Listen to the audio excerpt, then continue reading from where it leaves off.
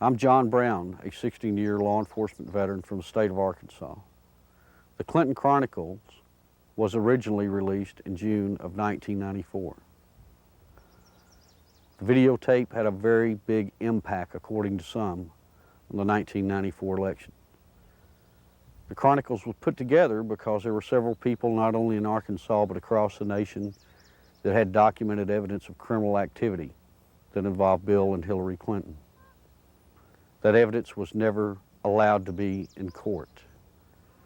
The media refused to expose this evidence. The people who prepared this film took the time and the effort to allow the people and the investigators involved to bring the evidence to you, the people, to view. What you're about to see, you're not going to believe. Some of you will say, how could this happen? All I ask you to do, sit back, view what we have, and listen to what we have to say. You make your own judgment.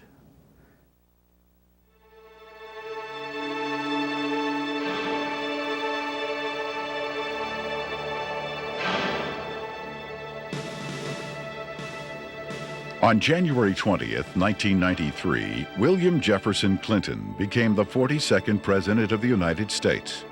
At the time, most Americans were not aware of the extent of Clinton's criminal background, nor were they aware of the media blackout, which kept this information from the public. As State Attorney General and later Governor, Bill Clinton in 12 years achieved absolute control over the political, legal, and financial systems of Arkansas. As president, he would attempt to do the same with the nation by bringing members of his inner circle with him to Washington. The hijacking of America was underway, and its impact on future generations would be incalculable.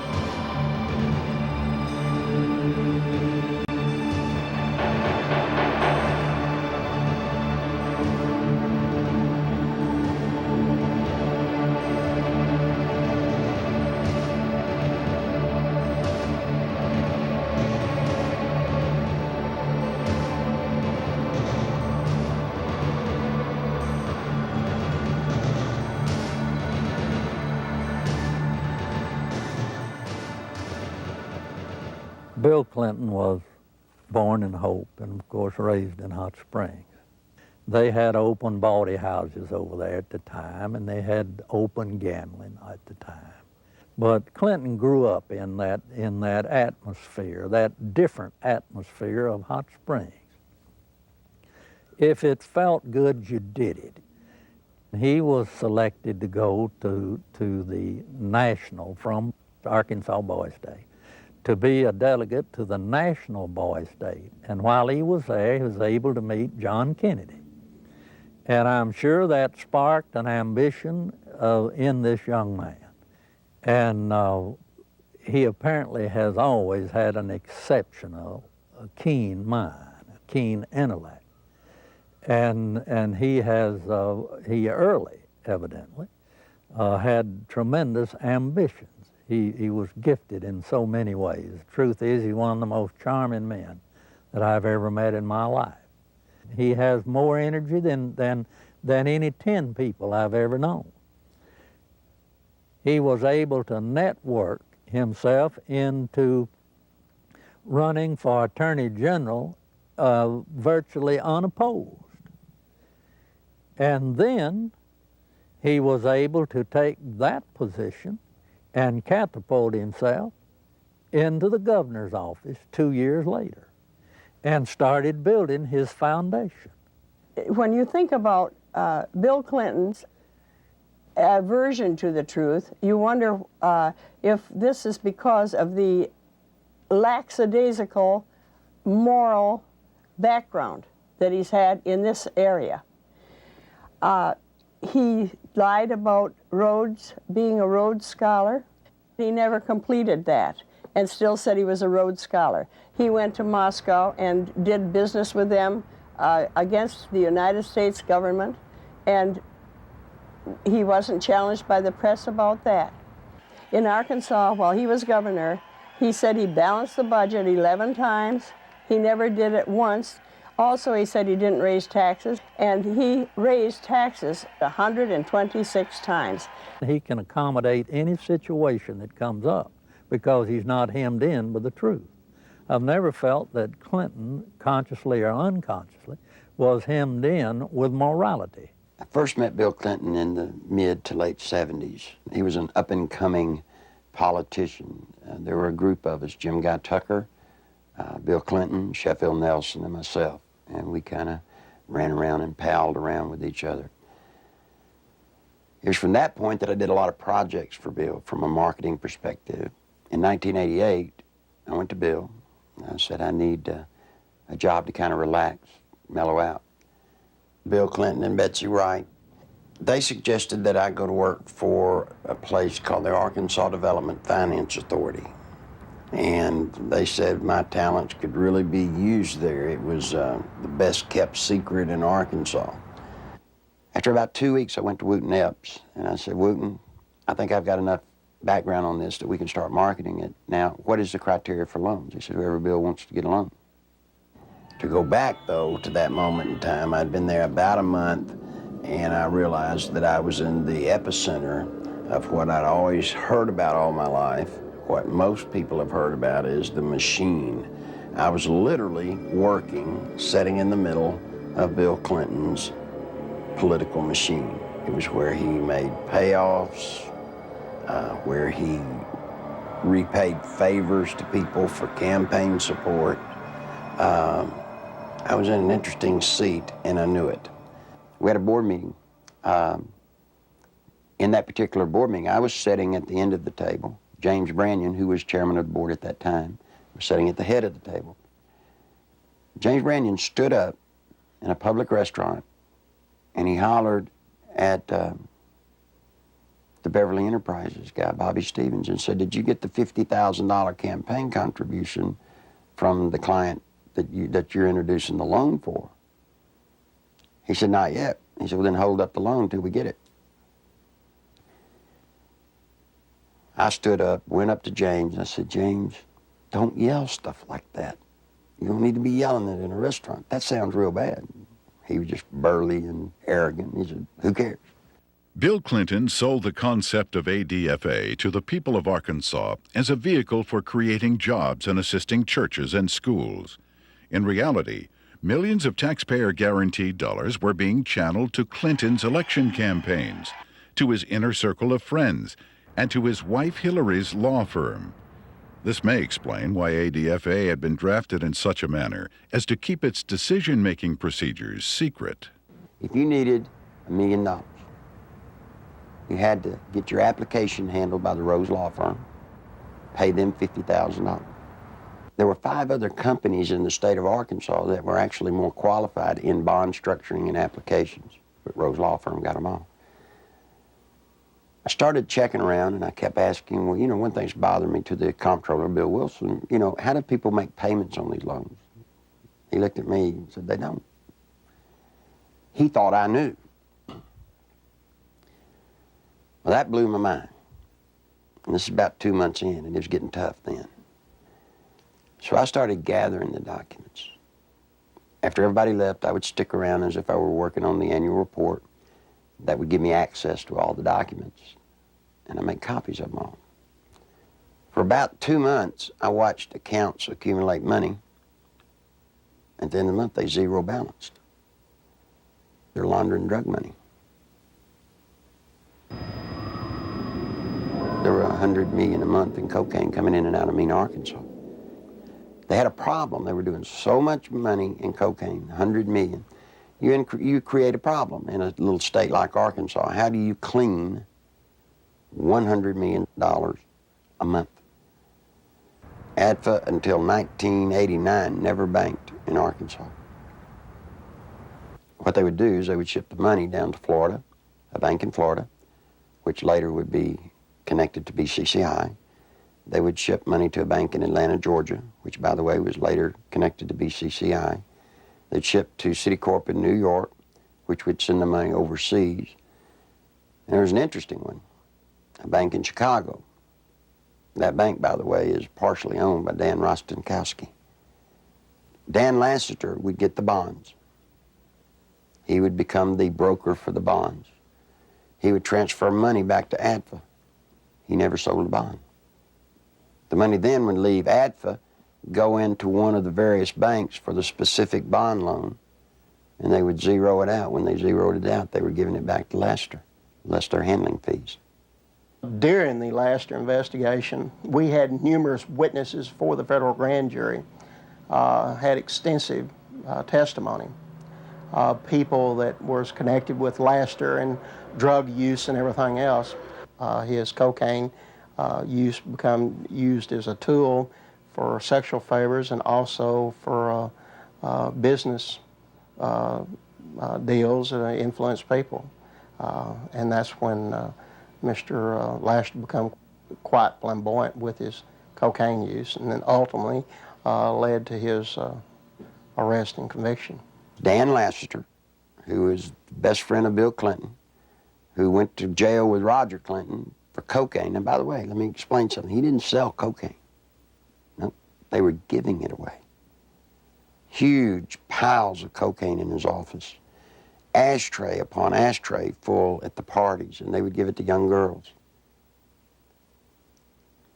That's sick. I mean, they were giving a highly addictive drug to young girls. One particular one comes to mind is a 14-year-old cheerleader out of North Little Rock.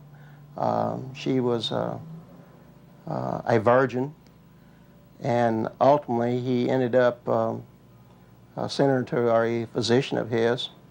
The physician put her on birth control pills. He used cocaine in order to ultimately she lost her virginity, and she got addicted to cocaine. And the last I heard of her, when we had her subpoenaed back to the federal grand jury, she was a hooker in Lake Tahoe. Dan Lassiter contracted to launder the money. Now, in addition to his contract to launder the money and the system that he and Bill Clinton had set up to do it,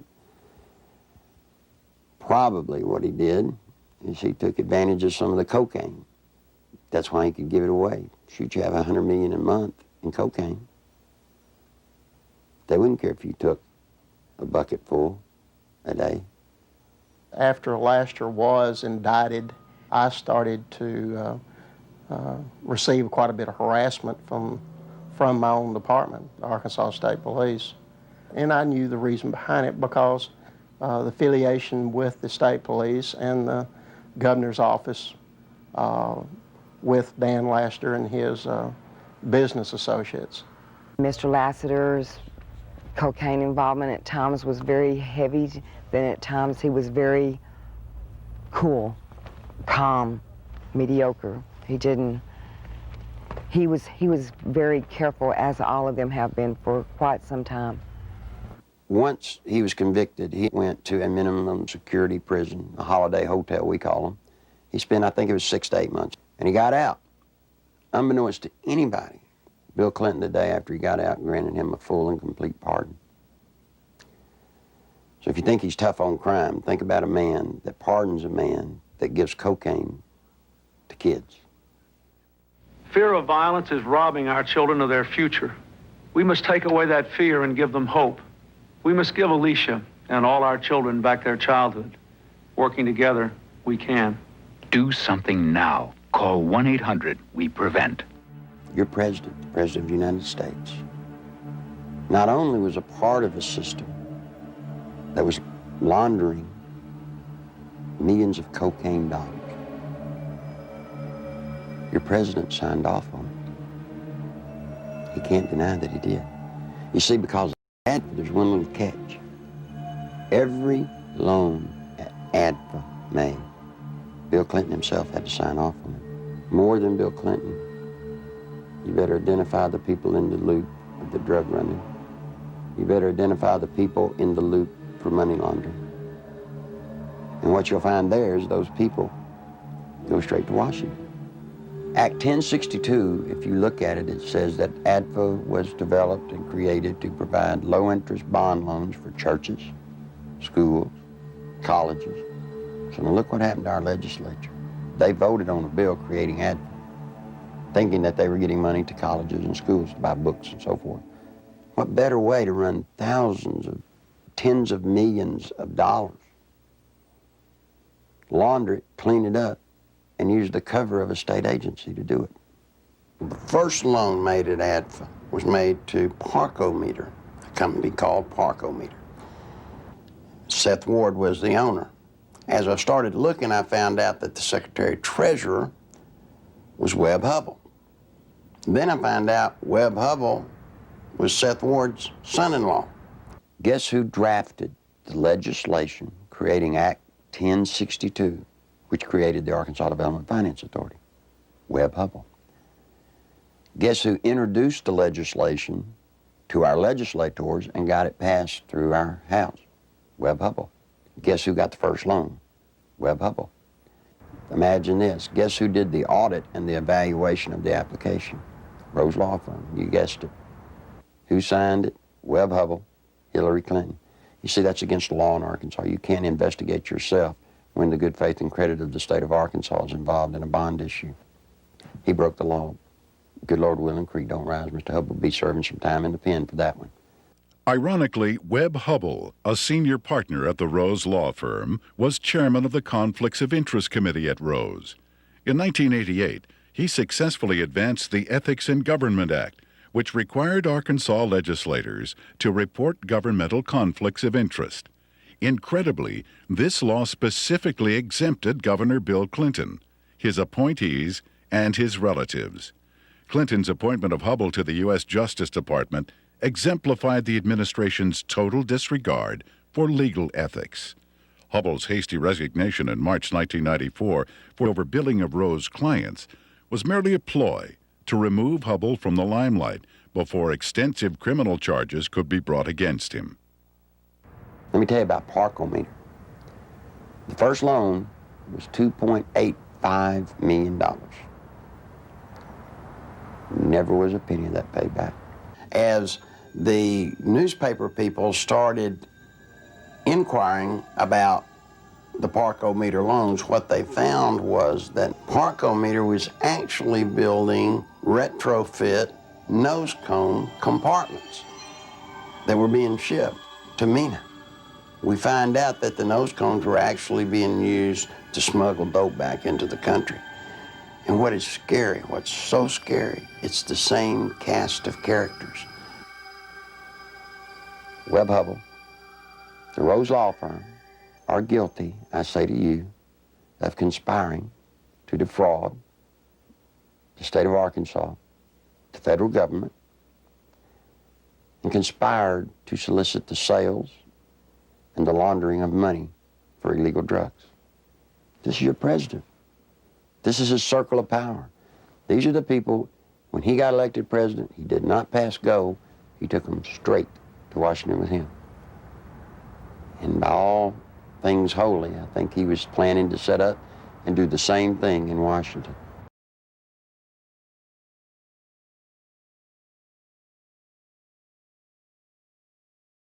In 1982, cocaine trafficker Barry Seal set up one of the largest drug smuggling operations in the United States in Mena, Arkansas, under the approving eye of Governor Bill Clinton. Barry Seal had a bunch of planes and supposedly had pilots. Barry Seal was a drug smuggler. Now, he tried to set it up in his home state of Louisiana, but they wouldn't let him. He had to come to a state that had a sleazy governor hooked on cocaine, and everybody knew it. Yeah, Bill Clinton was hooked on cocaine. I lived in Little Rock, Arkansas, okay? And I worked at a club called Le Bistros, and I met Roger Clinton there, Governor Bill Clinton, so a couple of the state troopers that went with him wherever he went. Roger Clinton had came up to me and he had asked me, could I get him some coke, you know, and asked for my one-hitter, which a one-hitter is a very small silver device, okay, that you stick up into your nose and you just squeeze it and a snort of cocaine will go up in there. And I watched Roger hand what I had given him to Governor Clinton, and he just kind of turned around and walked off, and that's one specific. Dr. Suen, S-U-E-N, doctor at the medical center here in Little Rock, has taken care of Bill Clinton for his sinus problems, which may indeed be drug-related to cocaine use as they destroy the sinus passages. Governor Bill Clinton was taken into the hospital, I believe it was the medical center, on at least 1 or 2 occasions for cocaine abuse and overdosage, in which he actually had to be cared for at the hospital. It led to toga parties. And if you're not sure on what a toga party is, I've had to clarify this in the past. A toga party is where you wrap yourself in a sheet most of the time. The people at the toga parties were Governor Clinton, now President Clinton, Attorney General Steve Clark. Okay, he was there a few times. Members of the Arkansas State Police, you know, along with Roger and, you know, other people. They began to dance around, do the cocaine in one room, have sex in another room, because in the Coachman's Inn, the rooms were adjoining, you know.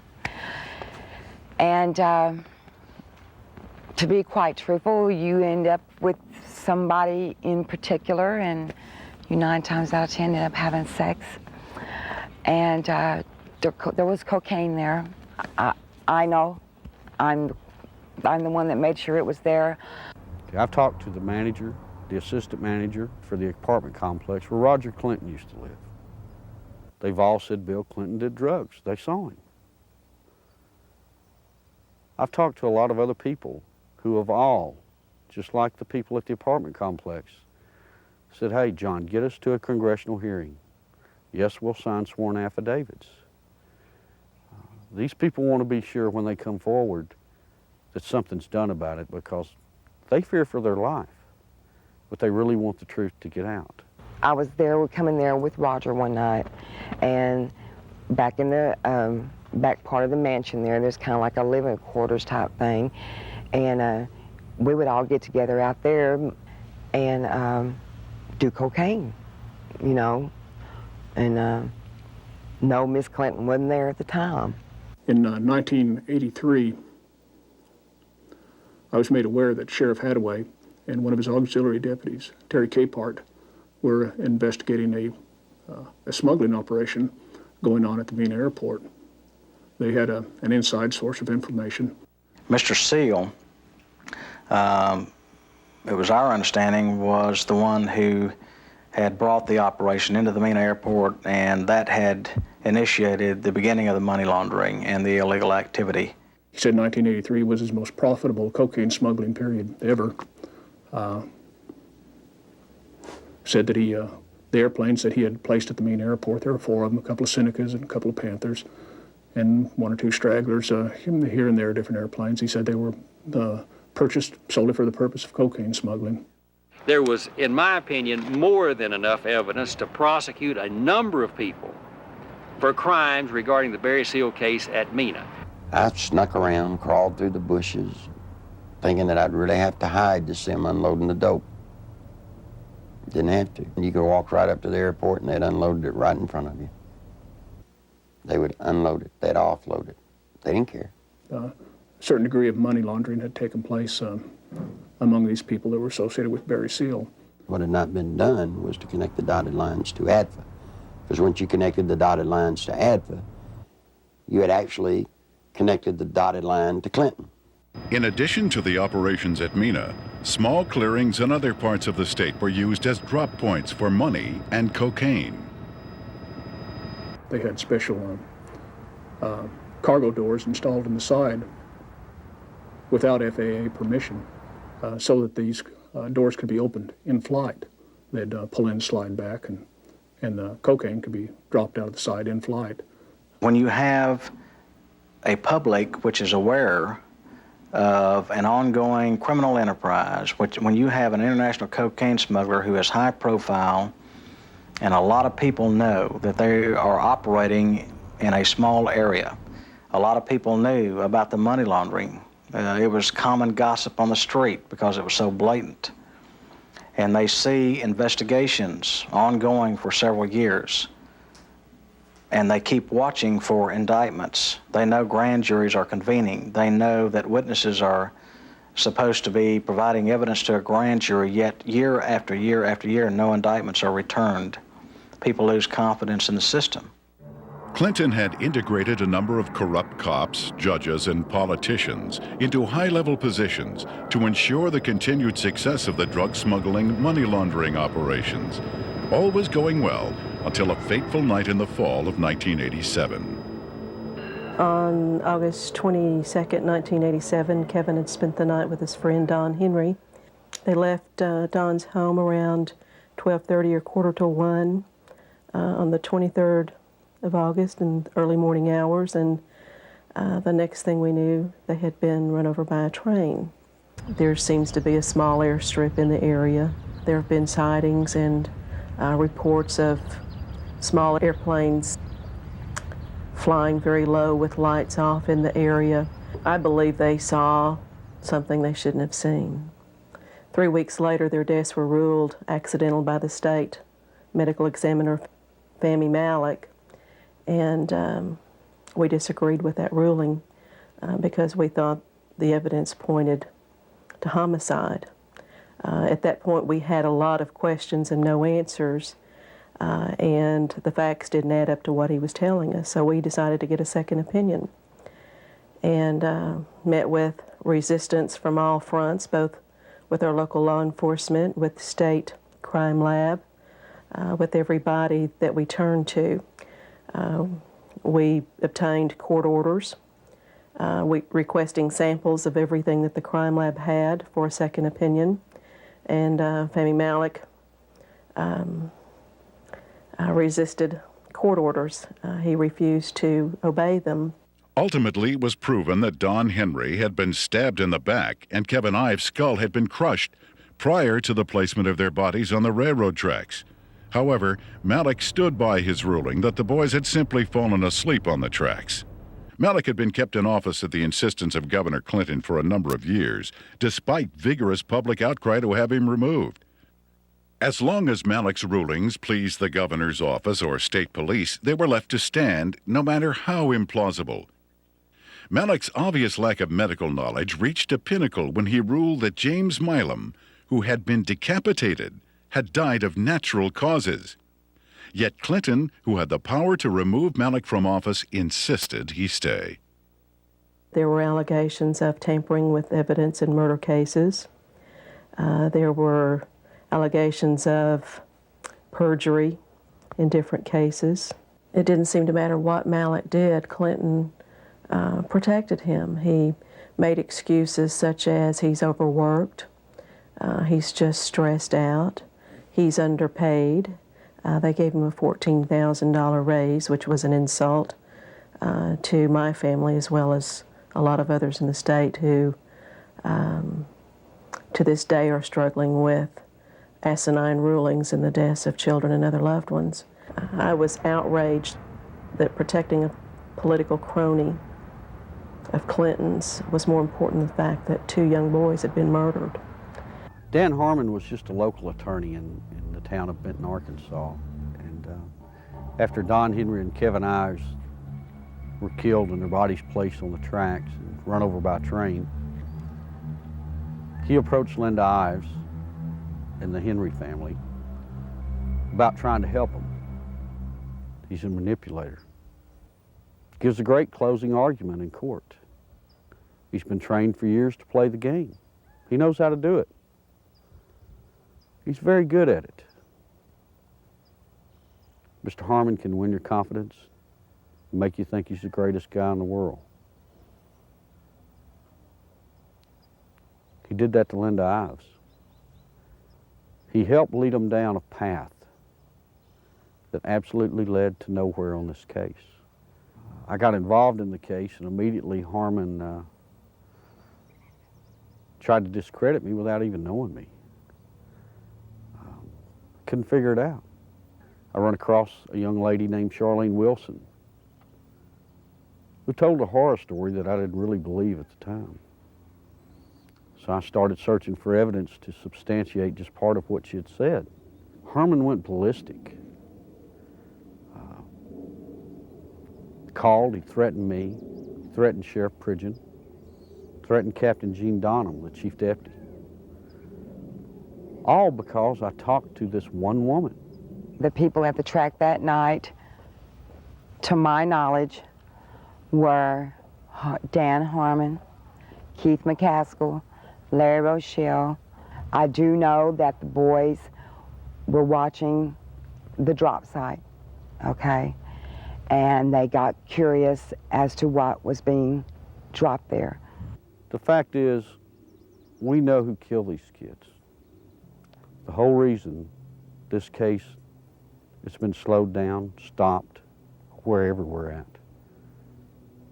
They can't do anything with it as long as Clinton's in office, because it tracks right back to Bill Clinton being involved in the cover-up.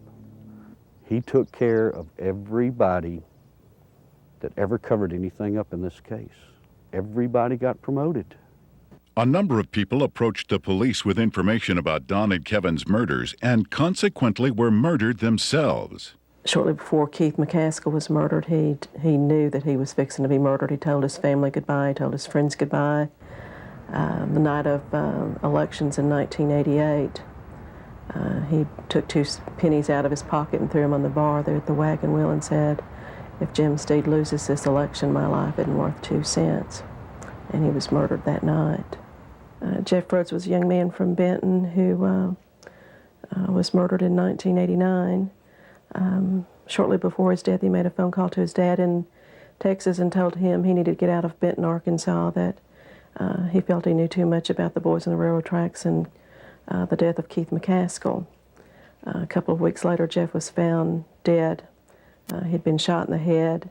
They'd attempted to cut off his head and hands and feet, set him on fire in a dump. A total of 6 people with information about the boys' murders were eventually murdered as well. Well, Jean Duffy was the head of the 7th Judicial District Drug Task Force. She was leading a team of narcotics investigators into a drug trail in Saline County that led her right straight to Dan Harmon. This information she shared with the 1990 federal OCDETF team that was investigating and targeting corruption and drugs in Saline County in central Arkansas. From her involvement in that, she was literally threatened, forced to leave the state of Arkansas and go into hiding. I had no idea just how dangerous certain elected officials thought me to be until a brutal media campaign was launched against me. For months, there were daily allegations of everything from misspending funds to ordering illegal arrests. Every attempt was made to keep me from running the drug task force. We were even shut down completely for several weeks during a bogus state police investigation. In spite of crippling disruptions, the task force was making significant discoveries about drug trafficking in central Arkansas, some of which led to the very people who were conducting the massive media crusade against me. We discovered that drug trafficking in Arkansas was linked to government officials in frightening proportions. A great number of people came to me with testimony about astonishing criminal activity of very high-level public officials. Many were willing to testify before the federal grand jury. Robert Govar and Chuck Banks were the U.S. attorneys for the District of Arkansas at that time. I was subpoenaed to testify on behalf of the drug trafficking and the cartel, more or less is what it was, that had to do with Dan Harmon and what I call company, because there are there's a whole bunch of them that are involved. I was asked quite in depth about the drug trafficking that went on with Dan Harmon, Mr. Clinton, Roger Clinton. Although there was an abundance of evidence and word kept reaching me from members of the grand jury that they were ready to indict, no indictments came. Mr. Govar also insisted that he was ready to prosecute at least 2 key figures But the holdup was his boss, U.S. Attorney Chuck Banks, who repeatedly delayed requests for indictments. Harmon had paid a visit to Chuck Banks, the U.S. District Attorney, who was in charge of that district. It's recorded, he signed in. He was there approximately 30 minutes, and up until that time, everything appeared to be running fine with the grand jury. Then, in November, Banks removed Govar from the case, and I was fired from the task force. From this point, the ordeal turned really ugly. In January 1991, one of the key targets of Govar's investigation, Dan Harmon, took office as the 7th Judicial District Prosecutor. Harmon immediately called a state grand jury to investigate the allegations against me. To avoid being jailed in Hot Spring County, which would have put me in serious danger, I left the state. In the meantime, Banks, who had taken over the federal investigation, attempted to give the appearance of carrying the investigation forward while systematically destroying it. He harassed witnesses, suppressed evidence, and finally announced in February of 1991 that the investigation had disclosed no credible witnesses or evidence against any public official. I received a phone call, and they told me that I had made a very big mistake. And I was assured by the U.S. Attorney's Office that my name, that my testimony, that my statements, that the people that were on that witness list would never, ever be revealed. Well, ha ha, you know. Someone in the U.S. Attorney's Office had given Mr. Harmon a list of the effective witnesses, you know. Some of them witnesses over a period of time have came up dead and or missing or have never been heard of again. That don't give you a very good feeling. I'm scared of these people. I'm very scared of them. Guess who arrested her? Dan Harmon. The very guy that she says turned her on to drugs now has her arrested. Dan Harmon, he walked to me, handed me what was supposed to be a search warrant, and he said, "Bitch," excuse me for saying that, "I told you if you ever brought my name up or brought anything up about the past dealings that we've had, that I'd take you down." He said, "You're going to prison. I'm going to put you in prison." He did. I'm here. I mean, I've watched second, third offense people walk around with probation on top of probation on top of probation. Not this lady. First time she's been arrested for drugs. They allege that they found in her home. She gets 30 years. Sure, everybody ought to be able to see through this. This is a man that told Linda Ives for years, "We're going to get to the bottom of your son's death." But yet when I start making progress, it looks like the people I talk to starts getting time in the penitentiary. Linda says it's business as usual in Saline County, justice as usual in Arkansas. There aren't any words in the English language that can describe how it makes you feel as a parent or as a citizen of Arkansas to see what our officials are capable of doing. You know, I think we were just kind of naive, common, ordinary people. Got up and went to work every day and came home and went to bed and assumed that everybody else did the same thing and tried to do what was right. And I think Kevin's death has been the rudest awakening that anybody could ever have to see what really goes on. I can provide information that has tentacles to Governor Clinton's administration.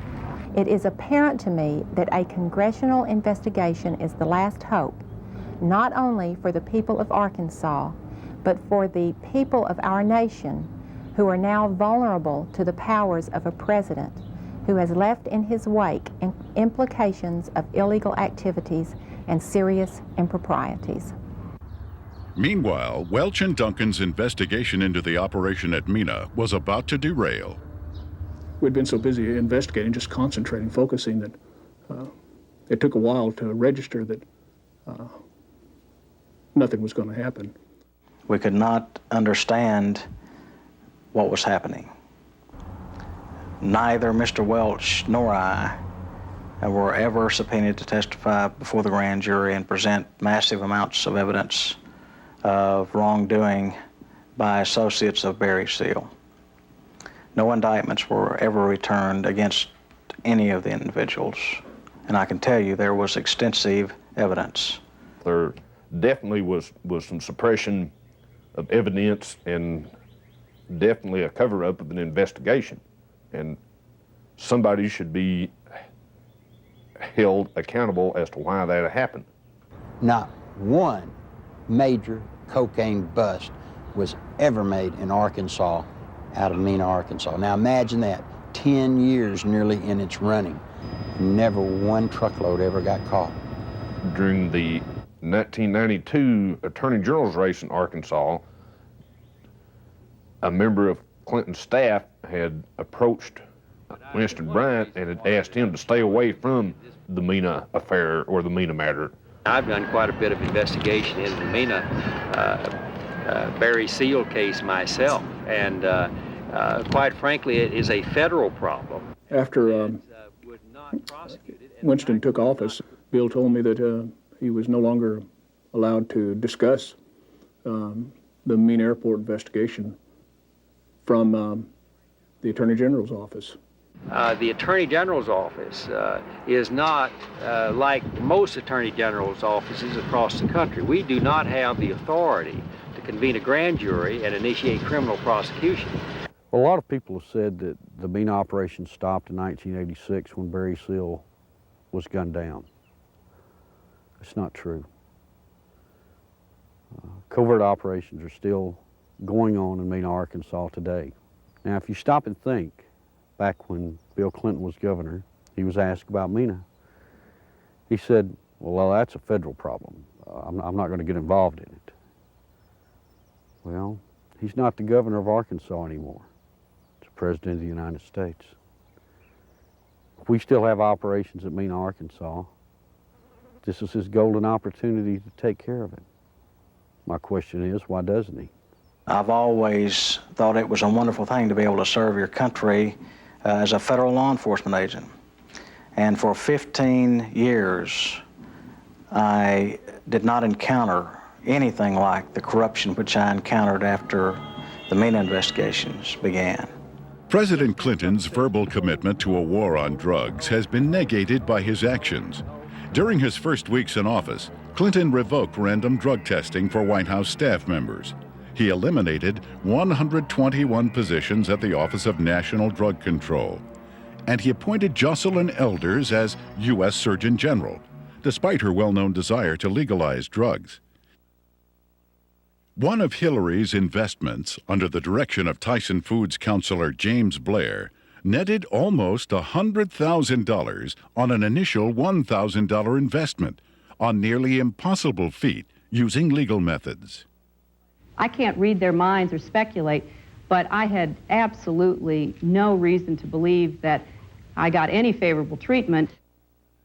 Coincidentally, Governor Clinton enacted a number of state regulations allowing Tyson Foods to grow into the largest industry in Arkansas.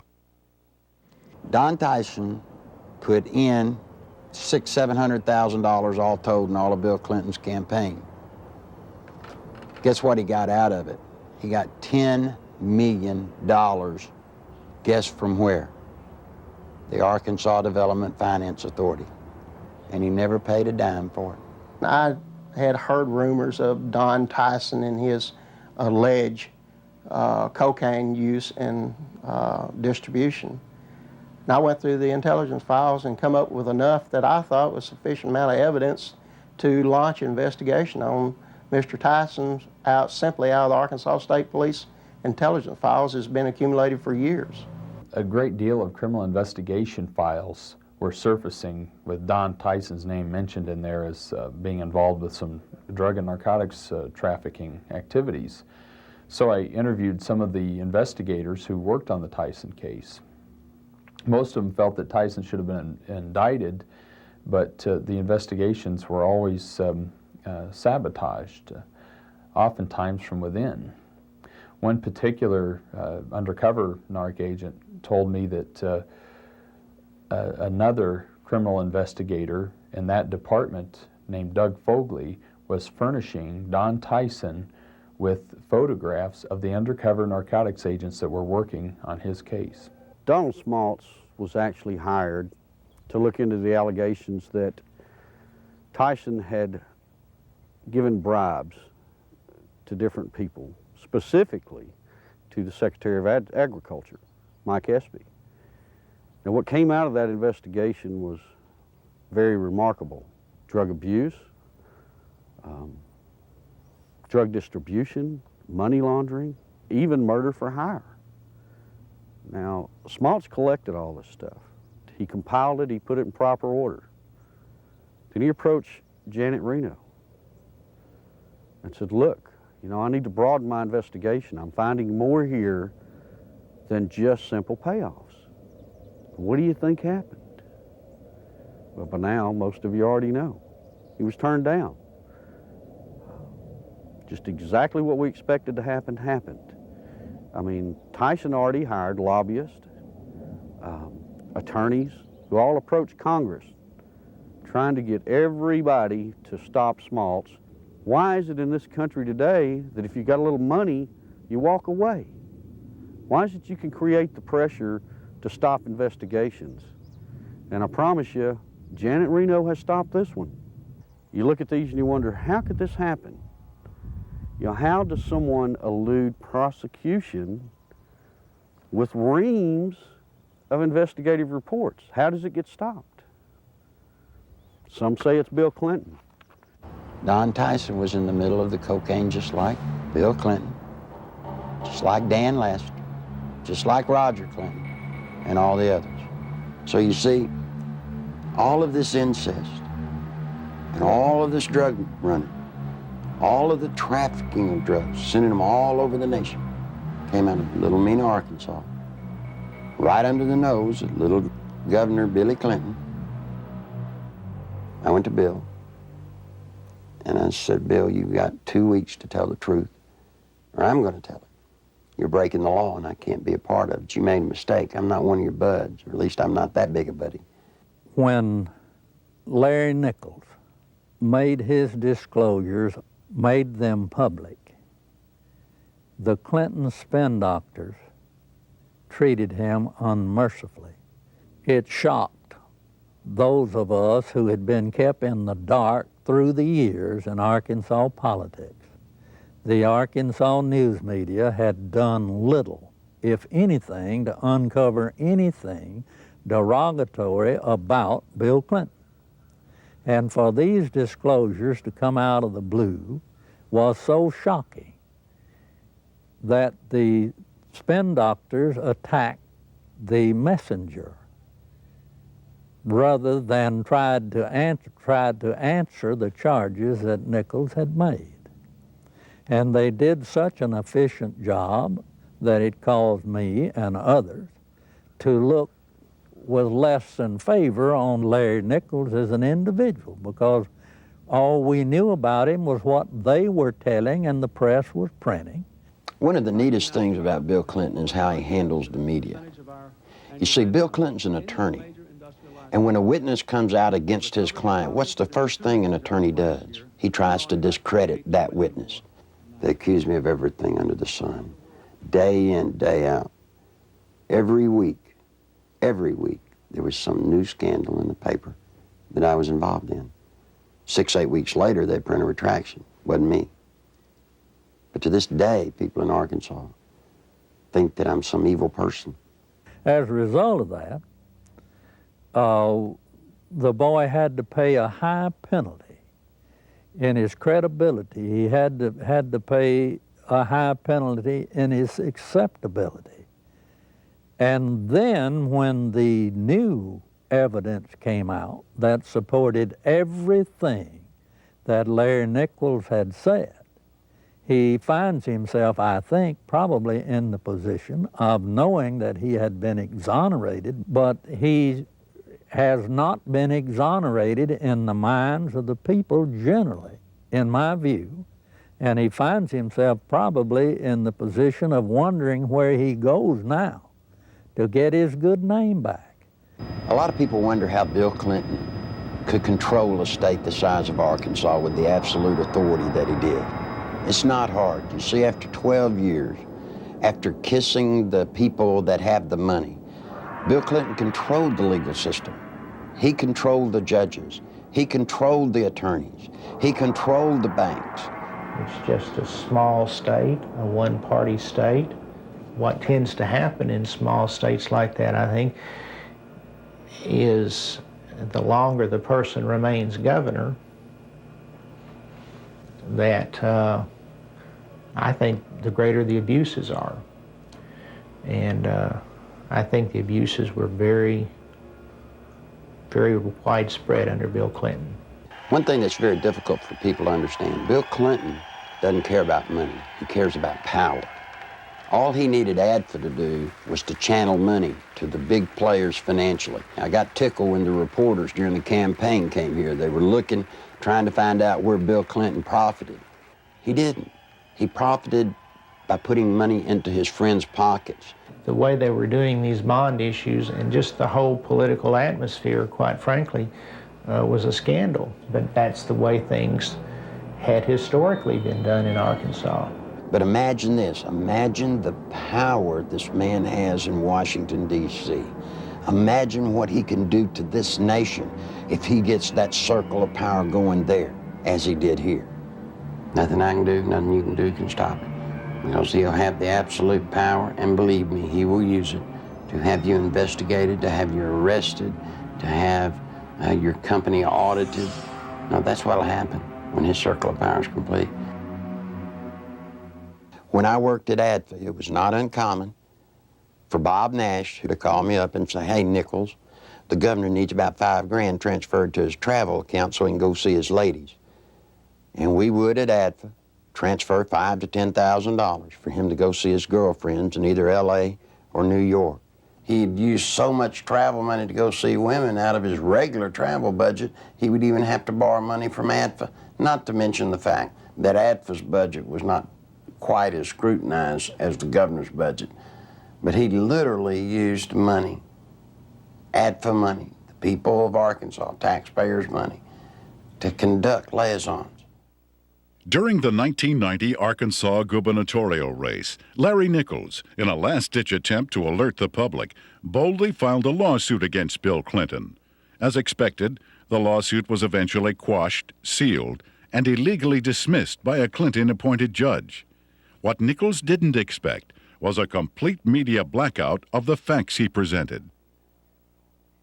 Back in 1990, after all the damage they had done to me, I did something that most people wouldn't do in Arkansas. I sued Bill Clinton. Now, it's very important to note that in that lawsuit, I brought out the names of 5 women. On October the 19th, the only press conference I've ever held in my life was on the Capitol steps of Arkansas. Every news organization in Arkansas, newspaper, TV, radio, were there on the steps. I read the names of the 5 women. I read and talked about ADFA. No one had ever made such a cold, callous statement against Bill Clinton where he named the women.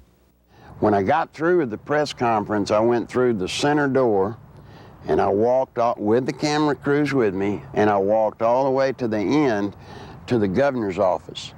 And I left the press release right on the governor's secretary's desk. Not one bit of the press release made it into the local TV or the local newspapers anywhere. It didn't show up anywhere. The reason I tell you that is because in those days he had the circle of power complete in Arkansas. Eventually, every allegation stemming from Nichols' 1990 lawsuit and press conference would prove valid regarding Clinton's taxpayer-financed sexual liaisons, his drug usage, and his criminal activities relating to ADFA and Whitewater. Gradually, the women who had carried on adulterous affairs with Clinton began to emerge. The first was Jennifer Flowers, who, like all those close to Clinton, was faced with a decision. Either keep quiet and receive a government job, or go public and face character assassination in the press. Betsy Wright, Clinton's former chief of staff, admitted she had been hired to conduct media smear campaigns against anyone planning to tell the truth about the governor's sexual habits. She was prepared to go after at least 26 women who had the potential of destroying Clinton's chance at the presidency. During the 1992 presidential campaign, I was getting bludgeoned by the media because Jennifer Flowers had come out of my lawsuit. A man called me on the phone on a Monday. His name was Gary Johnson. He was an attorney. He told me that he felt bad because I was being bludgeoned, and he wanted to talk to me about handling my case. Well, I was craving an attorney, any attorney, to help me. You know, I saw Larry out there doing battle, so to speak, on his own, and I felt like he needed some help. I met him on a Tuesday. He was a special attorney. I didn't even know it. You see, he lived next door to Jennifer Flowers.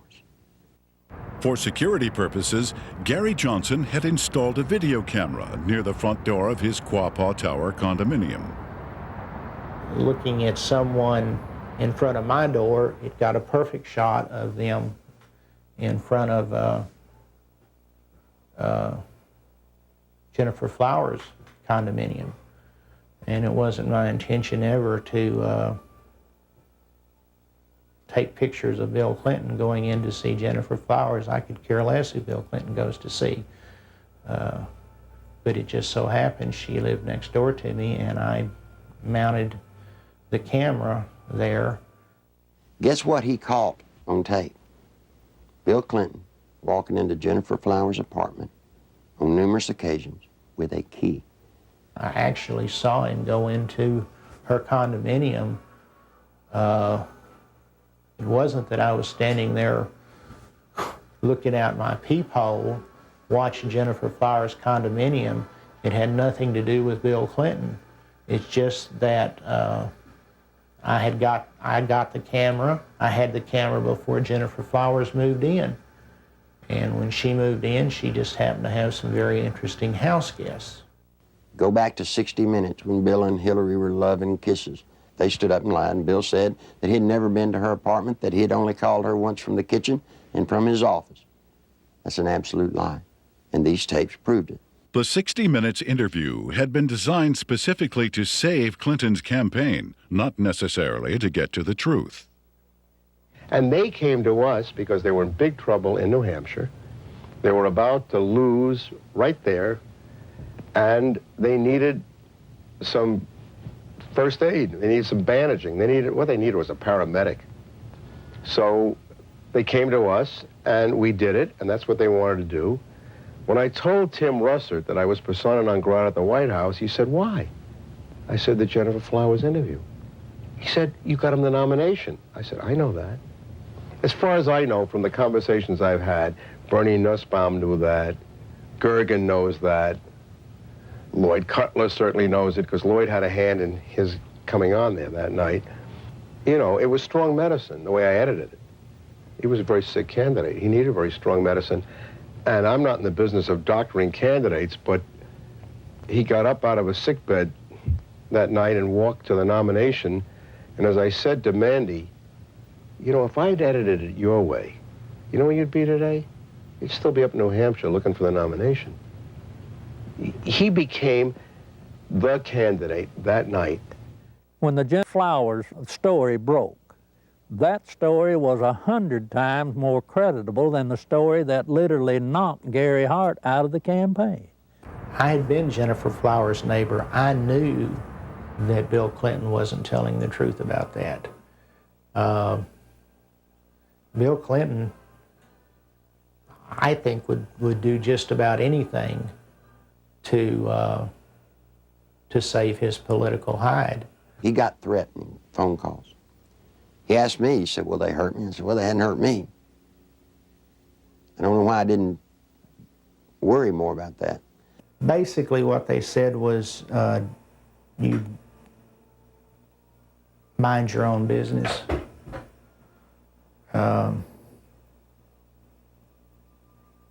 And all it did was made me mad.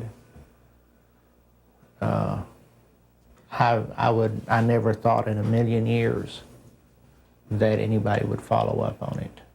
We filed the request for the subpoenas on Thursday. Saturday morning, we found Gary Johnson beaten and left for dead. And without getting into gory details, both elbows were dislocated, his collarbones were broken, his spleen and his bladder were ruptured with holes the size of $50 in them. His nose, his sinus cavities were all crushed. He had been beaten by Clinton's people. Were they very large? Yes. Yes, they were. Did they say, where's the tape? Yes, they asked me for the tape. And what's sick is the man gave them the tapes, and then they went and broke his elbows, punctured his spleen, punctured his bladder. They looked like state troopers, I'll say that. Clinton can be a very dangerous individual in the state of Arkansas. In my lawsuit in 1990, I named the lady Sally Perdue as having an affair with Bill Clinton.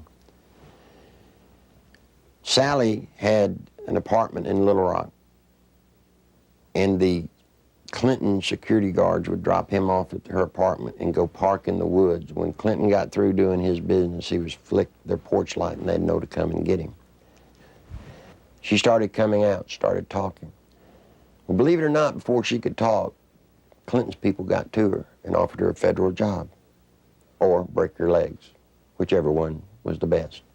Sally Perdue, former Miss Arkansas and radio talk show host, carried on a sexual relationship with Governor Clinton between August and December 1983. State troopers in government vehicles were used at taxpayer expense to shuttle Clinton back and forth to Sally's home. Perdue, who today supervises a home for people with Down syndrome, was offered a $60,000 a year federal job to keep quiet. She refused. And you see, that's illegal. You can't offer a federal job to get someone to hush. Following her attempt to go public, Miss Perdue lost her job and started receiving threatening phone calls and letters. Live ammunition was found on the seat of her car, and the rear window of her vehicle was shot out. Even though a number of witnesses have corroborated her story, the American press has refused to print it. During the 1992 presidential campaign, interviews with ABC and NBC, as well as an appearance on the Sally Jesse Raphael show, were taped, but were never aired. She had actually been on the Sally Jesse Raphael show right after the New York primary. Did you know the TV stations around the country blacked out that program and wouldn't show it?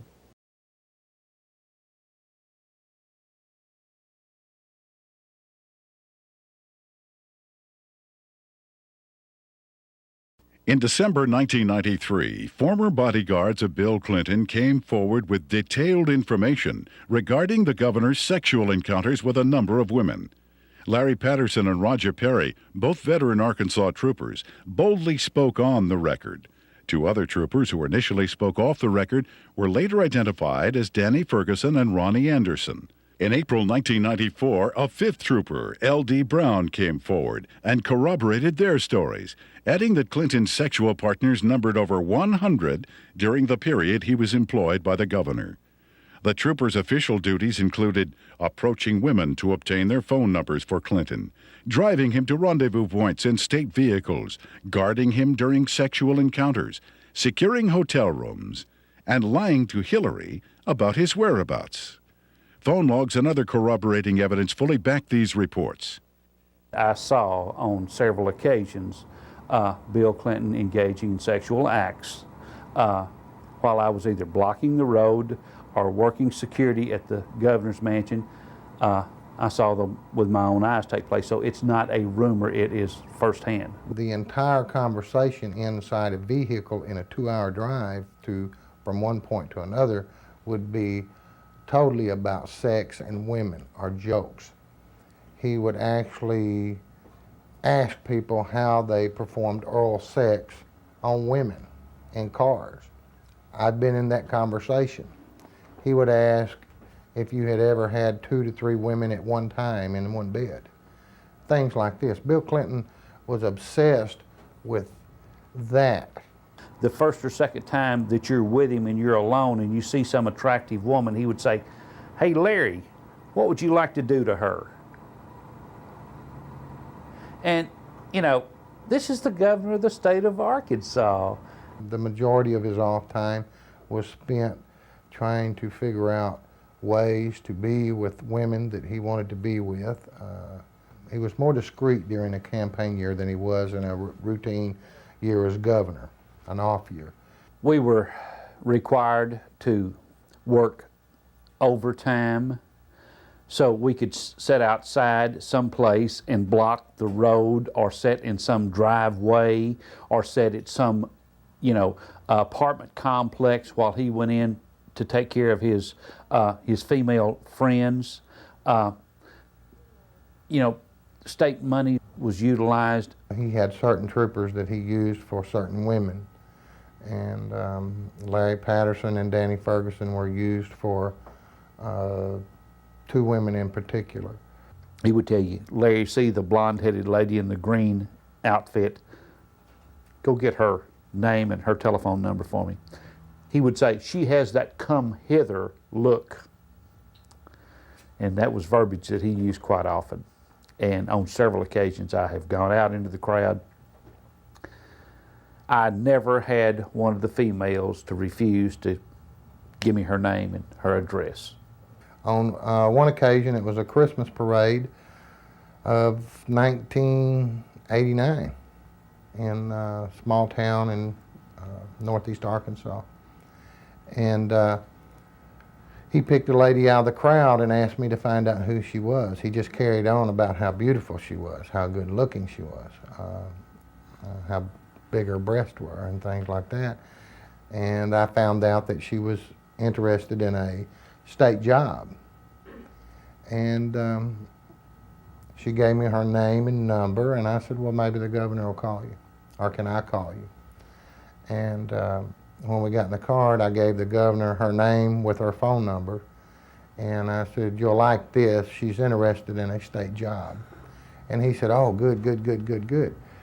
The next time I saw that lady, she was working for Bill Clinton in his presidential campaign the night he announced his candidacy for president. I was told by Bill Clinton that this was part of my job, to keep people from finding out about his affairs. Most of the women that Bill Clinton had sexual affairs with were well taken care of. They have good jobs, or their husbands ended up with good jobs. They were well taken care of, and the actual time spent trying to cover up these affairs while he was governor was nothing like it was when he announced that he was running for president. In an attempt to silence the officers, the Clinton administration launched an elaborate counterattack, which included urging Ferguson to change his story and levying false accusations of insurance fraud against Perry and Patterson. When Larry Patterson and Roger Perry came out, Clinton's security guards, they substantiated everything that I'd alleged in the lawsuit. These people were there, they were bodyguards. But watch what happened. The same thing that happened to me, they planned to do to them. They roasted them in the media. They said they were committing insurance fraud. The evidence of that these state policemen have brought forward relative to Clinton's womanizing is being questioned by the spin doctors as not being credible.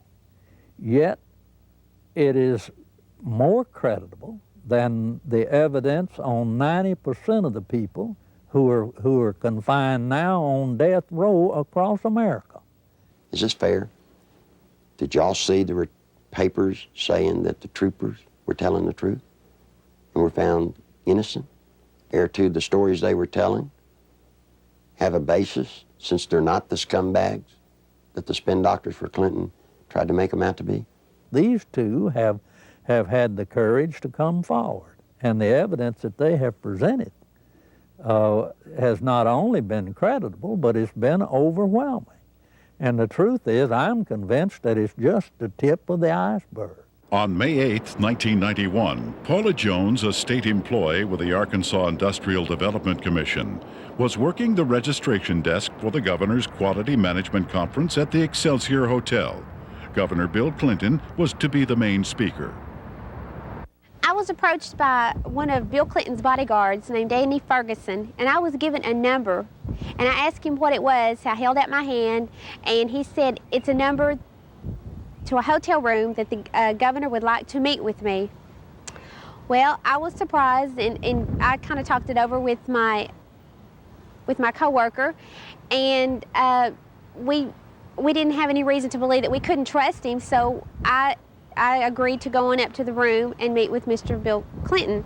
I got to the room, and Governor Clinton, he opened the door to meet me. It was a room that did not have any beds in it. It had couches and stuff like that. It was more like a meeting type room. And he had asked me about my job and how I liked it and who my boss was, and I told him. And he mentioned that he liked the way that my curves were on my body, and he liked the way that my hair went down my back, the middle of my back. And then he tried to lean over, and he started to put his hand up my leg, which it happened so fast, and he tried to kiss me on the neck. It happened so fast, but he tried to bend over and kiss me on the neck as he was putting his hand up my leg, and I backed off. I said, I don't want to do this, and I said, I think I need to be going. And then he got up before I even knew it and dropped his pants, and Bill Clinton asked me to perform oral sex on him, which I declined, and I jumped up, and I told him I needed to go immediately. That's when he went to say, if you have any trouble whatsoever, you have Dave Harrington, your boss, contact me immediately. And I said, well, I'm leaving, and I started to proceed down the hall to the door, and he followed behind me. He said if we could try to keep this between ourselves. And I went down the elevator, went back to my registration desk, and I told Pam the whole story. I can't understand how somebody can take advantage of somebody like that, and then they have the audacity to drop his pants. I mean, you know. I'm not going to dignify this by commenting on it. Paula gave the exclusive to the Washington Post, and Mike Isikoff, we were going to be as open as we could with the Washington Post. And Mike told Paula that as far as he was concerned, that he believed Paula, and that he thought the story should be told. And Mike said they were ready to put the story out, and they were going to go to the editors and present the story to him. We heard that Mike got suspended from the Washington Post, and there was a big fallout between the editors of the Washington Post and Mike. Paula Jones filed a lawsuit against President Clinton, claiming sexual harassment. The same day, a massive media smear campaign against Paula Jones was launched. Think about a man that has no more regard for women than Bill Clinton does. They're just sex things. I don't understand the feminist movement being behind Bill Clinton. He hangs women on his wall like trophies. A number of women who have had sexual relationships with Bill Clinton have allegedly been given major career boosts in exchange for silence. Beth Colson received a judicial appointment to the Arkansas Court of Appeals from Clinton. Regina Blakely landed a job with CBS National in Washington covering the White House. Likewise, Deborah Mathis secured a lucrative job with the White House Press Corps. Susan Whitaker was made the liaison between the Arkansas State Capitol and the White House. Elizabeth Ward obtained a position with the Clintons' close friends, Hollywood producers Harry Thomason and Linda Bloodworth Thomason. And Joe Jenkins was given a high-level position with AP&L. One of the most harrowing stories of Clinton's attempt to keep his promiscuity hidden involves Jerry Parks, a private investigator and former chief of security for Clinton's campaign headquarters. My father was Luther Gerald Parks, a.k.a. Jerry Parks. He was the head of Clinton's security for Clinton's inaugural campaign whenever he was running for president. My father was brutally murdered at Chenal Parkway and Arkansas Highway 10 in one of the most elite parts of Little Rock, Arkansas. Someone pulled aside alongside of him and started shooting at him. They cornered him, stopped him on Highway 10 as he was turning left onto Highway 10 off Chenal Parkway. They stepped out of the car after blocking his path. He was shot 5 times, once in the leg, once in the arm, 3 times in the chest. My father had a file on Bill Clinton's infidelity and his affairs that ran from approximately 82, 83 to somewhere between till about 90 to 91. The file consisted of pictures, time, dates, places of where Bill Clinton was at, where Roger Clinton was at, the type of drug use that Bill Clinton and Roger Clinton were involved in. I was the only person that would ever go with him when he would do his private investigative work. And I remember 4 to 5 times that I was with him, and that's what he was keying on. I saw Clinton with a lot of different women, a lot of different types, sizes, shapes, colors, one of them being Gennifer Flowers. You know, I was just like, wow. It was more neat than anything else that, you know, somebody that is this famous, this bigwig, can get away with this. This just blew my mind. Shortly before Jerry's death, the phone lines at his home were cut, the security system was disconnected, and the Clinton files were stolen. I believe my father was assassinated because he was the one link that could actually close everything and completely shut Clinton down. I feel that Bill Clinton had my father killed to save his political career. When I did contact Little Rock Special Investigative Services, they told me that they'd been pulled off the case 3 weeks prior to that. That just blows my mind on how when I hear they're making progress, all of a sudden they're pulled off the case. Something's not right there. Bill Clinton has been the way he is ever since I've known him. He hasn't changed. He will not change.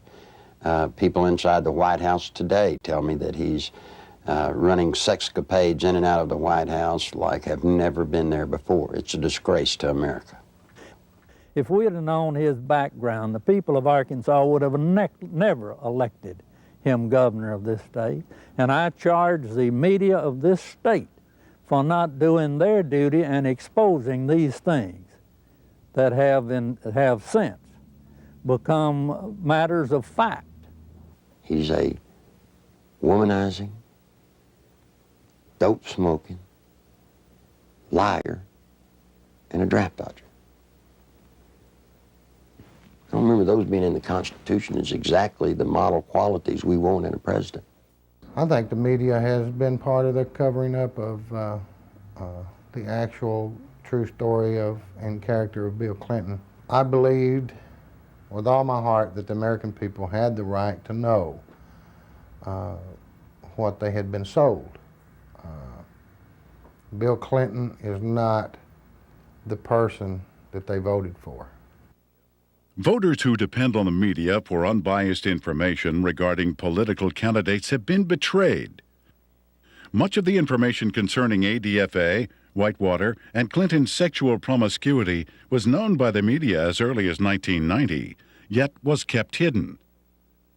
The media's heavy pro-Clinton bias prior to the 1992 election was best summed up by Newsweek when they candidly stated, "Truth is, the press is willing to cut Clinton some slack because they like him and what he has to say." In May 1994, Newsweek added, "The national press has been restrained in its accounts of Bill Clinton's private life, and with good reason. Most of those who have made charges against him have been despicable people, jealous and stunted sorts." What an indictment about the media. You knew the truth about Bill Clinton. You just didn't like George Bush. I know Bill Clinton, probably as well as anybody.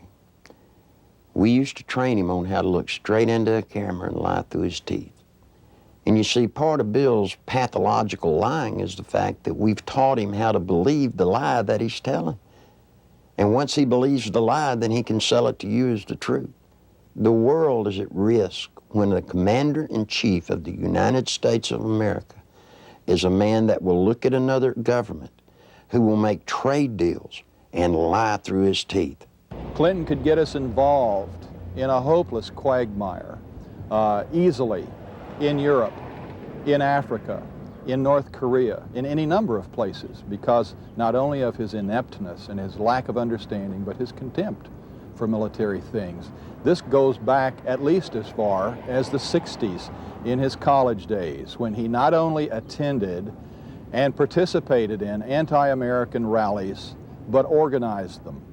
And incidentally, those were not anti-war rallies.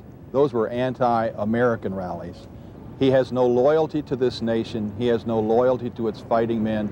He has not enough integrity to have any loyalty to its population. He knows how to say the right things, but he's lied for so long that I really don't think he knows the difference anymore between the lie and the truth. Bill Clinton was dishonest on a daily basis. I mean, there's more dishonesty in his life than there is honesty. I mean, it's maybe being a politician in these days and times, you have to tell one group of people what they want to hear and another group what they want to hear. And if the truth conflicts, then so be it. The media has not been able to ascertain today that there's a human being sitting in the presidential chair of the United States of America that lies with everything he says. They still believe somehow in the office of the presidency, they still believe there's some integrity there. Attempts to keep the criminal activities of Whitewater concealed from the public were largely successful prior to the 1992 election. After that, however, the raging Whitewater Rapids could no longer be contained. What the Clintons claimed as a simple money-losing investment was in actuality a series of complex business transactions and cover-ups, ultimately costing the American taxpayer more than $60 million. When this is all over, it's going to be the same story we've been telling for 2 years. We made a bad investment, we lost money, and there's really not much more to add to it. We have enforced higher standards against ethical conflicts than any previous administration. Whitewater may have begun as a legitimate real estate venture, but it came to be used to skim, directly or indirectly, federally insured deposits from an S&L and a small business investment corporation. When each failed, the United States taxpayer became obligated to pick up the tab. 2, the family of the former governor of Arkansas received value from Whitewater well in excess of resources invested. 3, taxpayer guaranteed funds were in all likelihood used to benefit the campaign of a former governor. 4, the independence of the United States government's regulatory system has been flagrantly violated in an effort to protect a single American citizen. People should not be able to raise questions and erode people's moral authority in this country. It quickly became obvious that Whitewater would engulf the Clinton administration if ignored. A twofold counterattack was put into action. The first was to win sympathy from the conservative populace, who were among his chief critics. Clinton embarked on a series of appearances heartily promoting himself as a born-again Christian who supports and practices traditional biblical family values. While the uninformed may have been fooled, those who realized what was happening were outraged at the blatant hypocrisy. This is a place where I have come to seek divine guidance and support and reassurance. You know, after Bill Clinton was in office for 2 days, he signed 5 executive orders, shedding more innocent blood, the blood of innocent babies. Then he went on to try and get homosexuals in the military. He put Jocelyn Elders in, trying to distribute condoms to our kids. Christine Gebbe, his AIDS czarina, promoting all kinds of vileness. This is an affront to heaven. The second phase of the counterattack was to appoint Robert Fisk as special prosecutor to head up the investigation into Whitewater. That same week, the Rose Law Firm began shredding documents. The lady came to me scared to death, wanted to come out and tell the truth. I said, "What's the matter?" She said, "They're shredding documents at the Rose Law Firm." Well, I tried to tell the media. The media said there was no way that could be going on. Well, in came a journalist from a Washington newspaper.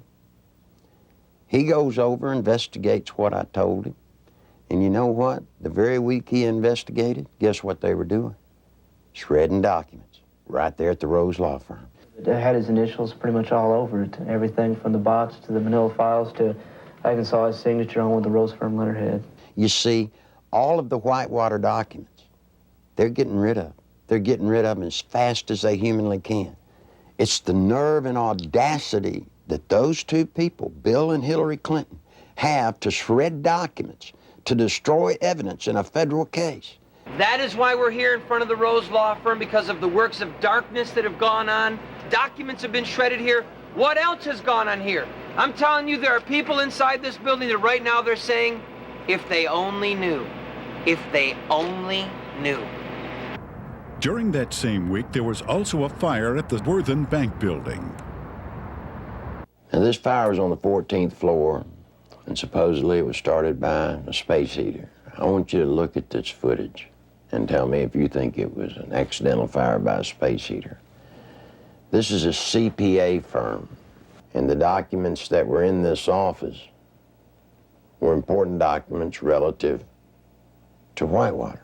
If you go back to Arkansas and you look at the Secretary of State's office, anybody that's ever run for office in recorded history, you can find out who their major campaign contributors are since day one, except for one person. Bill Clinton's records at the Secretary of State's office disappeared. You see, they did it then. They'll do it now. All the information pertinent to Whitewater, any notes left by Vince Foster, any personal documents that would lead anywhere to any type of criminal activity, they're just going to be destroyed. Fisk's initial assignment was to quell rumors regarding the alleged suicide of Vince Foster. Foster was a senior partner with Hillary Clinton and Webb Hubbell at the Rose Law Firm prior to his appointment as White House Deputy Counsel. In fact, he was handling the Clintons' personal legal matters while he was in the position of assistant to the president, in violation of a conflict of interest at that time. From the outset, the investigation into the death of Vince Foster has been marred by controversy. At Bill Clinton and Attorney General Janet Reno's insistence, responsibility for the investigation was turned over to the Park Police, even though Foster's death fell within the jurisdiction of the FBI. Not until his death had sufficiently developed into a full-fledged scandal 7 months later would the FBI be allowed in. The results of the FBI's investigation, along with the findings of the Park Police and coroner, were incorporated into a report issued by Special Counsel Robert Fisk. The report, released June 30th, 1994, confirmed suicide as the cause of death. However, a careful examination of key pieces of evidence taken directly from the report itself indicate a number of alarming contradictions inconsistent with the report's own conclusion that Foster took his life. The official coroner's report depicts a large gaping 1-inch exit wound located 3 inches below the crown of Foster's head. According to Fisk, the area surrounding the body at the park was meticulously searched to a depth of 18 inches, but no brain tissue or skull fragments were found.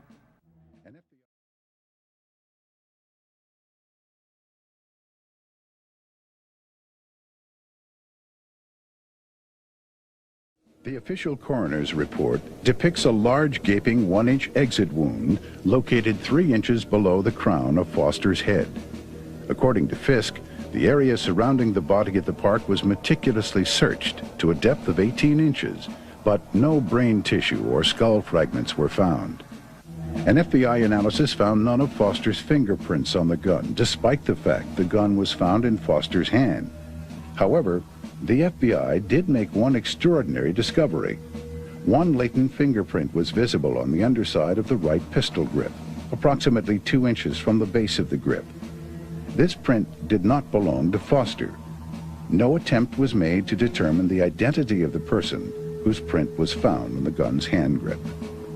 Gunpowder was found on Foster's clothing, which did not match the gun found in his hand.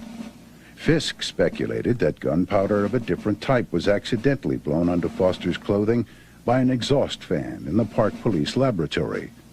However, once again, Fisk was not able to support this theory with any evidence.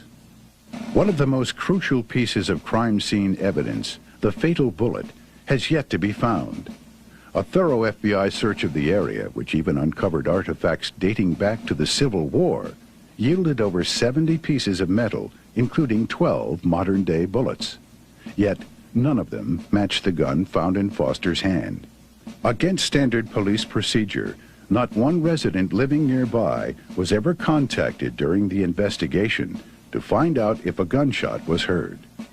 Even though Fisk insists that Foster killed himself, leading forensic experts from around the country now agree it is highly unlikely he pulled the trigger himself. Within minutes of the verification of Foster's identity, the Park Police issued orders to seal Foster's office at the White House. David Watkins, Clinton's administrative assistant, assured the police he would take care of it. He lied. Immediately, high-ranking members of Bill and Hillary's staff began ransacking Foster's office, removing important and possibly incriminating documents. The people entering the office included Bernard Nussbaum, counsel to the president, Patsy Thomason, White House administration director, and former assistant to cocaine distributor Dan Lassiter, and Margaret Williams, Hillary Clinton's chief of staff. Patsy Thomason was the top aide for Dan Lassiter when he was running his company and doing all the dope. You can only say that she was there taking care of Dan Lassiter's interest in the White House. As mentioned earlier, the Arkansas Development Finance Authority had been laundering its drug money through the Bank of Credit and Commerce International. BCCI collapsed in the early 1990s. Millions of depositors and taxpayers lost billions of dollars, making it the worst banking scandal in history. Heading up BCCI was former Defense Secretary Clark Clifford. The overwhelming criminal charges against Clifford were eventually dismissed by President Clinton. The attorney for Clifford and BCCI was none other than Robert Fisk. Fisk knew that a thorough investigation of Whitewater would eventually lead to ADFA and his former client, BCCI. Fisk also knew he would never be able to complete his investigation since it is illegal to prosecute a former client. Fisk was not selected by the Justice Department to investigate Whitewater at all, but to simply subpoena documents and testimony, making sure they never see the light of day. The investigation of Whitewater is being handled by an independent special counsel whose appointment I supported. Our cooperation with that counsel has been total. Now think just for a moment. If there are papers that prove you did nothing wrong, then why would you destroy them so that they don't come out? Why would you hide behind subpoenas and the cloak of secrecy? No, see, Bill and Hillary Clinton have something to hide. And only through a congressional hearing does this nation have a snowball's chance of that truth coming to the light of day. That's the reason it's so imperative that the Congress of the United States rise to the occasion and meet their responsibilities to hold public hearings relative to this matter during this period of time, or justice will never be done. There are lots of people that come to me that want to tell the truth. They come to me, but they're afraid. They're afraid of losing their jobs. They're afraid of family members or themselves being hurt. Don't be afraid anymore. Bill Clinton doesn't own the world. He doesn't scare me. He shouldn't scare you. I wish all of y'all would do what I've done. Stand up. Stand up for the country. I want my daughter to know that if you stand up and tell the truth, you're okay. Right now, all she sees, if you stand up and tell the truth, you'll be destroyed. If you're a pathological liar, lie through your teeth, every breath, hurt people needlessly, you'll get to be president. You don't want that. I don't want it. If I had anything to say to Bill Clinton, you know what it'd be? It's bound to be a great burden to walk around lying from one thing to another, to never tell the truth. Bill, tell the truth. Come clean. All of you may not get to be president, but the truth will set you free. It'll set all of us free, and it'll save the nation. I've still not been accused of anything wrong because I haven't done anything wrong. And I'm not going to do anything wrong.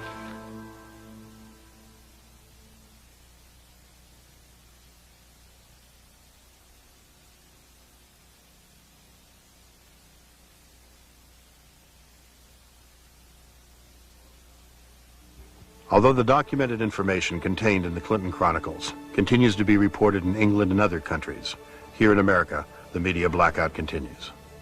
On July 14th, 1994, copies of the Clinton Chronicles video were hand-delivered to every member of the United States Senate and House of Representatives.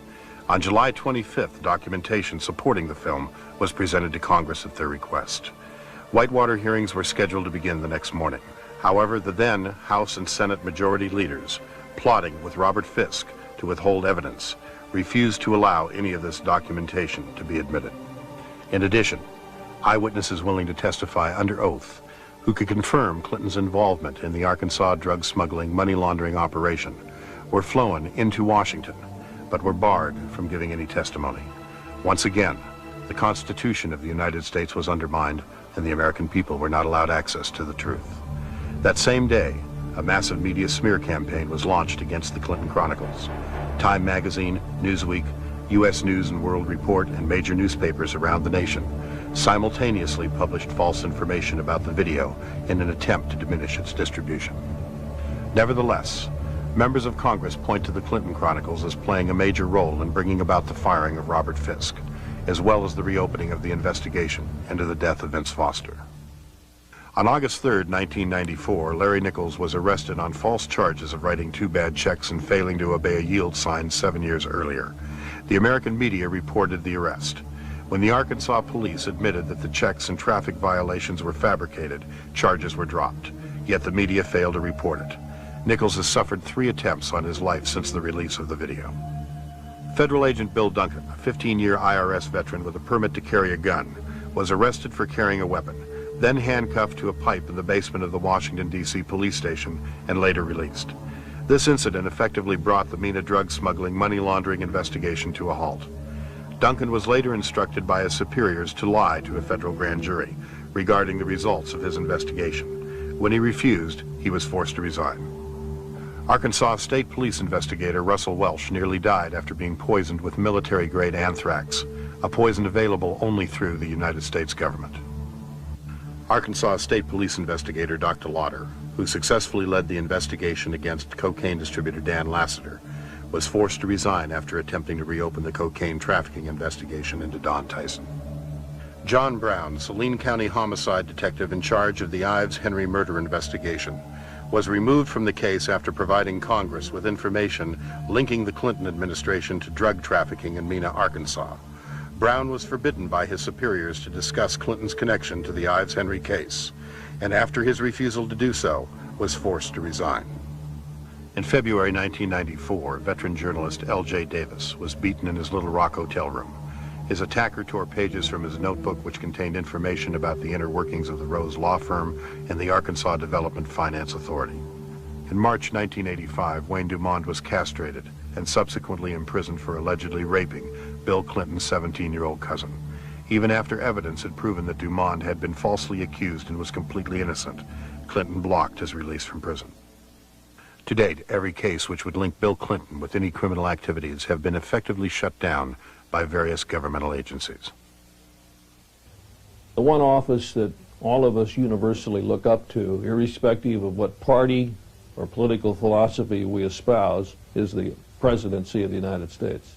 Since the election of Bill Clinton in 1992, we Americans, with sadness, have learned week after week to have different stories come out from around the country pointing up the reality that we have in the White House today, a draft-dodging womanizer who is a pathological liar.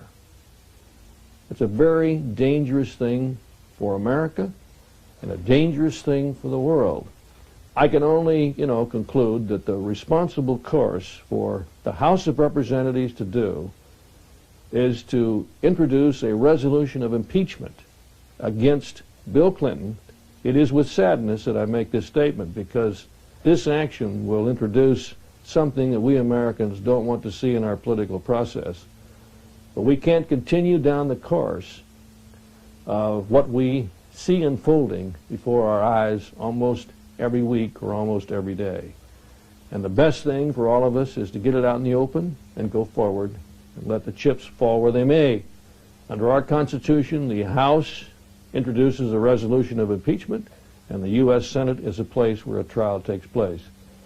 And I think for the good of the country, for the good of the peace and tranquility of the Western world. This is the course that Congress should take.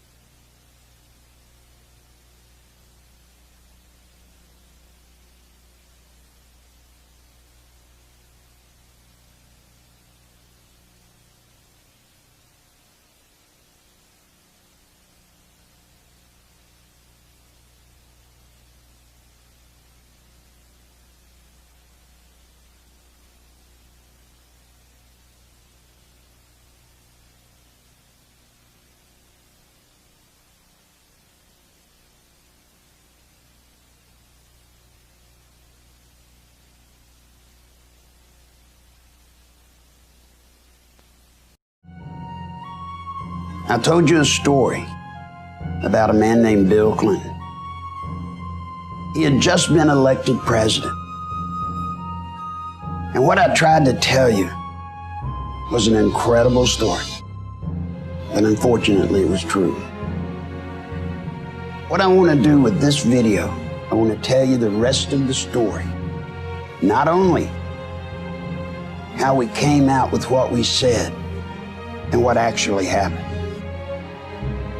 but I'd like to talk just a minute to tell you what's coming, or at least what I think's coming. Folks, I've never lied to you. I've always shot you straight. This nation's in greater peril now than it's ever been before. So listen tight to what I say.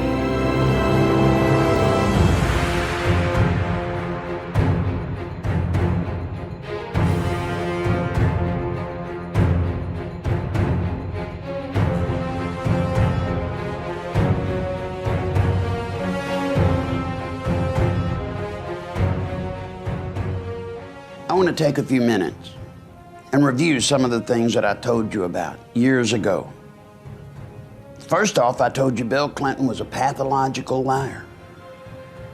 Well, today, there's hardly a person in the world, I mean in the whole world, that doesn't know I was telling you the truth. Bill Clinton made a practice out of lying to people. We would go to a group and he would tell one group something, and we would go to another one, he would tell them something just the exact opposite, and you would get back in the car and you'd say, Gov, what you just told those people, it's 180 degrees of what you told the last group. And he'd say, yeah, Larry, said I had them right there in the palm of my hand, and I could have done anything with them I wanted to do. But the man practiced lying, and it was an art to him. We would see people, and they would have genuine concerns, and they'd say, Governor, I've got this going on in my life, or this in my business, and I need you to do this for me. And he'd say, oh, it's taken care of, it's done. We'd get in the car and I'd say, do you want me to make a note to give it to a staff person about what you just told Mr. So-and-so? And he'd say, oh, Larry, forget it. We're not doing anything for him. Forget it. As a matter of fact, there's hardly a person in any country in the world that hadn't been affected by the lies he's told. Next, I told you that he was a womanizer. Now, I never told you about the women relative to what he did in his own time. That was never the point, never the issue. I tried to warn this nation about a president that had a problem, a mental problem. He's a sexual predator. I tried to warn the nation about that because of national security. I knew it wouldn't be very long until some nation, a nation that might be considered our enemy or one that might be a friend, would soon find out about Bill Clinton and some of the trysts that he had been on or was on. And they would use that very information to hurt this nation. I never dreamed when I told you about that Bill Clinton would in the White House do incredible acts of perversion with one of the young helpers. Listen, we have to be realistic. It's our country. That's our White House. And I told you about Bill Clinton, and in fact and indeed, he turned our White House into a cat house.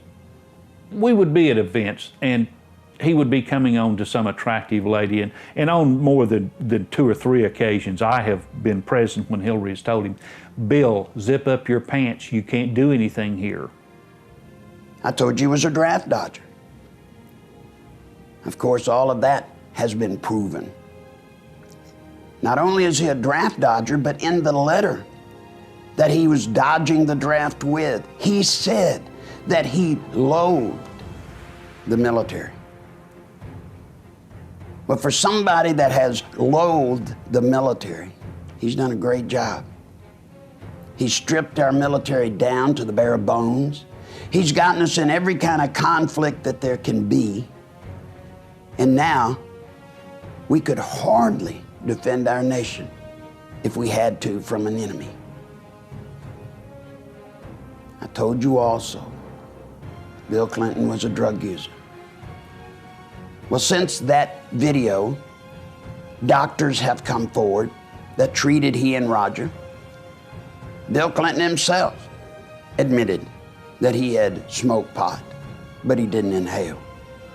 Well, I would ask you to add that to the list of lies, especially when you consider since that video, people like Sally Perdue have come forward at great risk personally and told of how he did cocaine. Jennifer Flowers has come forward and said that he did cocaine.